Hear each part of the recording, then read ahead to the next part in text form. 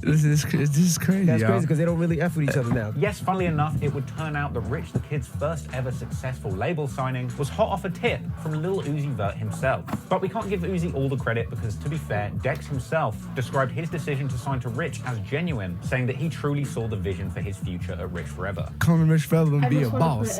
That's what it was. Come to Rich Forever and be a boss. I was like, what? Like y'all just stop playing, man. I definitely saw vision. You know, we had a bond at first. That was my boy, and I saw a vision, and I knew once I get my foot into there, I was gonna like kind of take off. And I thank God for that. You know, Rich a good guy. He's definitely he's a business guy.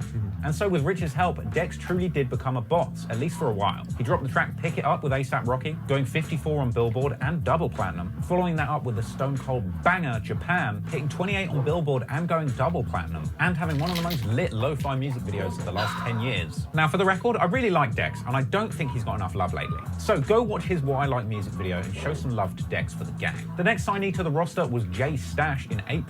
That's Stash spelt with a $sign instead of an S, because if you leave out that $sign, he just becomes Jay Tash, and although that is a very accurate description of him, it's not very lit. Then again, when his streaming numbers take a dip, I hear that he moonlights as a Lionel Richie tribute act. Jay Mustache apparently impressed Rich the Kid off the back of his early tracks like Flexin' with Maxo Cream, Gorillas, Nothing, and then going on to drop some pretty decent singles under Rich the Kid, like the track Juggin'. But regardless, Rich kept on pushing on his bow shit, and eventually begun to make a lot of noise for his label, dropping the 15-track compilation Rich Forever Music. Now, shortly after this release, Jay Stash left the label for reasons which still remain unclear, and since then he's kind of faded into irrelevancy. So if anybody spots a good Lionel Richie impersonator working at a wedding, just know that Rich the Kid is getting 20% of that check. But unlike Jay Stash, it seemed that Rich Forever the label was getting the attention of some big industry heavy hitters. And Rich the Kid eventually would go on to sign a deal with the godfather of culture vultures and winning bidder of Louis C.K.'s old N-word pass at Jay-Z's Rock Nation charity auction, Lya Cohen. Under the banner of Cohen's $300